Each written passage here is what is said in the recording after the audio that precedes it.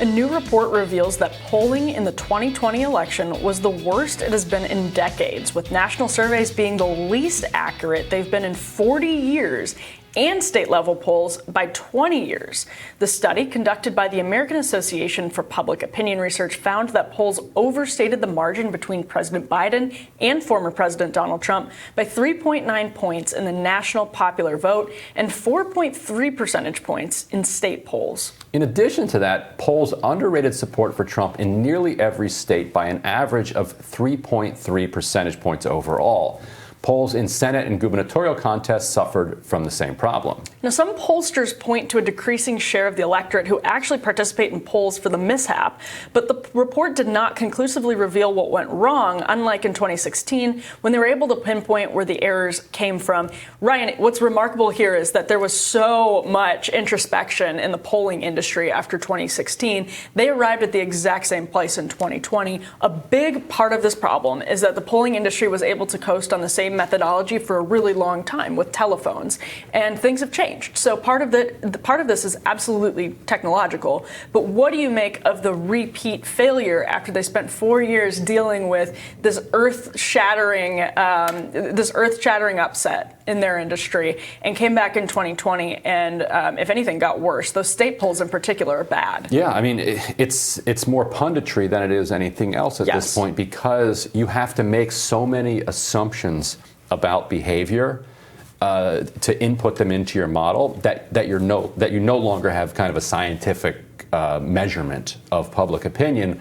What you have is your opinion. You have your punditry that is trying to explain why response rates are what they are among various demographics, and then doing punditry to guess, what the turnout structure is going to look like. On the one hand, I have sympathy for pollsters in this sense. Trump brought out a lot of people in 2016 that had not come out before. In 2020, he brought even more people out who had not come out in 2016. He got more votes for him. And so asking pollsters to nail that, like who's going to come out who has never come out before, is challenging, especially when those people are the least engaged in politics and probably extremely unlikely to take a poll, and if they are, probably more likely to fib.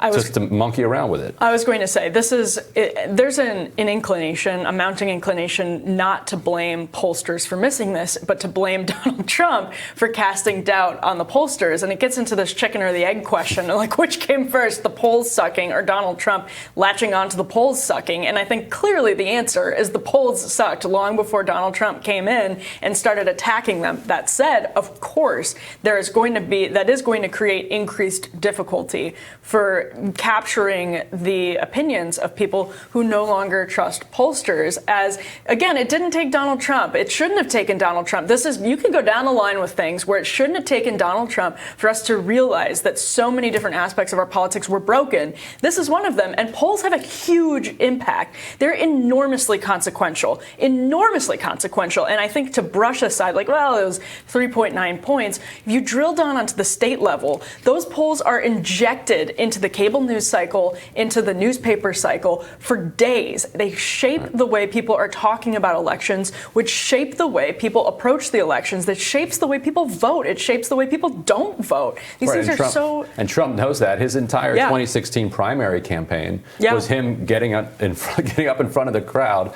and reading off poll numbers to him. So he's not against polls. He's against polls that show him losing. Yeah. And so... Ironically, I think... The online polls, like the Drudge Report. Right, he loves those. Yeah. Donald Trump wins again. Yes. Ironically, I think he ended up hurting himself by suppressing his own voters' participation in these polls, which then led people to believe that Biden had a more insurmountable lead than he did have, which then discourages people from going out and voting. In some ways, you're shooting your own base in the foot.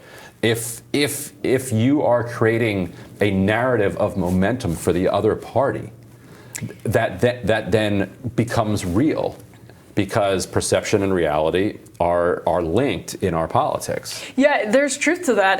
The question of what faction or what fraction of the how much did that affect? Like how big of an effect did that have on the polling? And on the other hand, also, it is still the pollsters' fault. It's still the pollsters' responsibility to capture these things accurately and to that's why I say it's punditry, because then they have to guess. Okay, how many of these people are exactly? We only captured this number, but should we actually, turn the dial on this number? And at that point, those are just, you're making assumptions that are based on the best evidence you have, but also your own intuition, and that's why I call it punditry. Yeah, no, it's absolutely true. All of this polling is reliant on a lot. It's rooted, actually, like essentially in punditry. The problem is that pollsters often talk about it as though it's a hard science, and it's not a hard science, but it does get injected into the discourse, and it shapes the way we talk about the elections, which shapes the voting patterns. And I think there's absolutely truth to your point that Trump may have shot himself in the foot. He may have created a problem for himself. At the same time, though,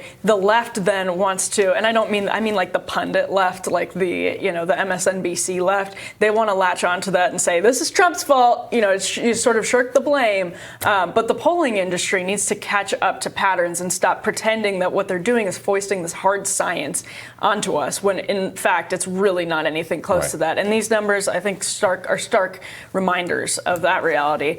We're going to have more Rising for you right after this, but don't forget to like, share, and subscribe so you never miss any of our new content.